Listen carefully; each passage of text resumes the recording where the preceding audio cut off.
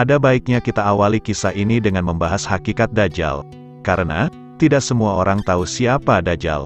Bahkan, sebagian orang menyangka bahwa Dajjal hanyalah sebuah simbol, atau sesuatu yang tidak berwujud dan tidak memiliki hakikat.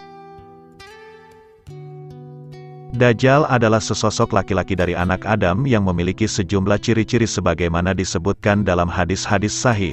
Rasulullah banyak menyebutkan Dajjal beserta sifat-sifatnya agar manusia mengetahui dan berhati-hati dari makhluk jelek ini. Sehingga, apabila kelak ia muncul, kaum mukminin dapat mengenalnya serta tidak terkecoh olehnya.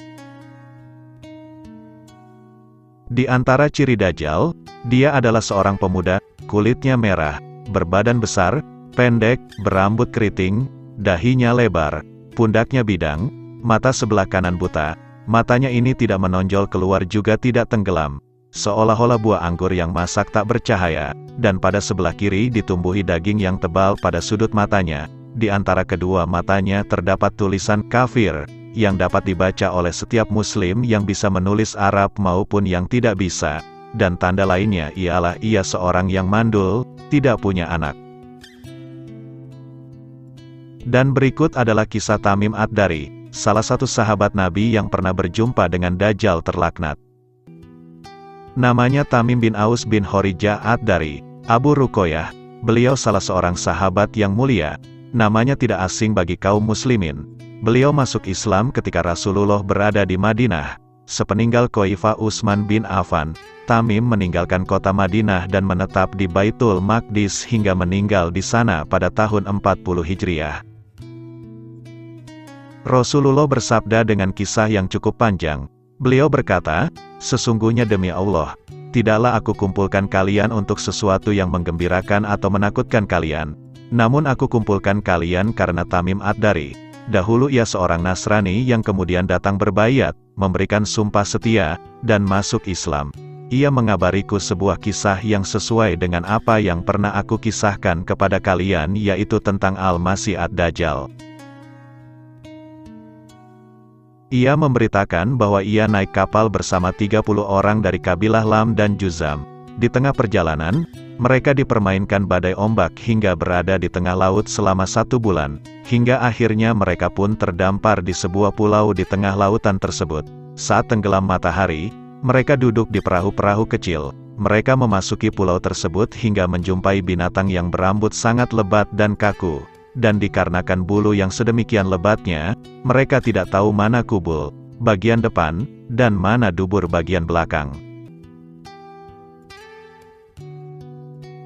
Mereka pun berkata, "Celaka, kamu ini apa?" Ia menjawab, "Aku adalah Al-Jassasah." Mereka mengatakan, "Apakah Al-Jassasah itu?" La berkata, "Wahai kaum, pergilah kalian kepada seorang lelaki yang ada dalam rumah ibadah itu. Sesungguhnya ia sangat merindukan berita kalian." Lalu berkata Tamim, "Ketika dia menyebutkan kepada kami seorang laki-laki, kami menjadi khawatir kalau binatang itu ternyata setan. Kami pun bergerak melewatinya dengan cepat sehingga kami masuk ke tempat ibadah itu. Ternyata di dalamnya ada orang paling besar yang pernah kami lihat. Ia terikat dengan ikatan paling kuat yang pernah kami ketahui. Kedua tangannya terikat dengan leher, antara 2 lutut dan 2 mata kaki terikat dengan besi." Kami bertanya kepadanya, "Celaka, kamu ini apa?" Ia menjawab, "Kalian telah mampu mengetahui tentang aku, maka beritakan kepadaku siapa kalian ini." Rombongan Tamim menjawab, "Kami ini orang-orang Arab." Lalu kami menaiki kapal. Ternyata kami bertepatan mendapati laut sedang bergelombang luar biasa. Sehingga kami dipermainkan ombak selama 1 bulan sampai terdampar di pulaumu ini.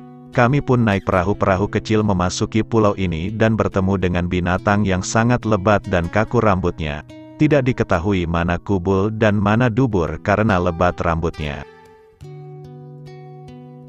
Lalu orang itu mengatakan, "Kabarkan kepadaku tentang pohon-pohon kurma di Baisan." Lalu kami mengatakan, "Tentang apa engkau meminta beritanya?" Dia berkata, "Aku bertanya kepada kalian tentang pohon kurma apakah masih berbuah?" Kami menjawab, "Iya."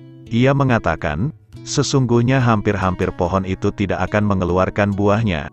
"Kabarkan pula kepadaku tentang Danau Tabariyah," tanya orang ini. Kami menjawab, "Tentang apa engkau meminta beritanya?" apakah masih ada airnya? Jawabnya, mereka menjawab, danau itu banyak airnya. Lalu dia mengatakan, sesungguhnya hampir-hampir airnya akan hilang.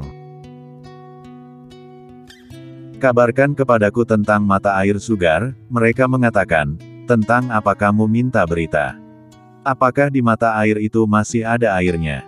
Dan apakah penduduk masih bertani dengan memanfaatkan airnya? Tanya orang itu. Kami menjawab, iya, mata air itu deras airnya. Dan penduduk bertani dengannya. Lalu ia berkata, kabarkan kepadaku tentang Nabi Ummiyin, apa yang dia lakukan.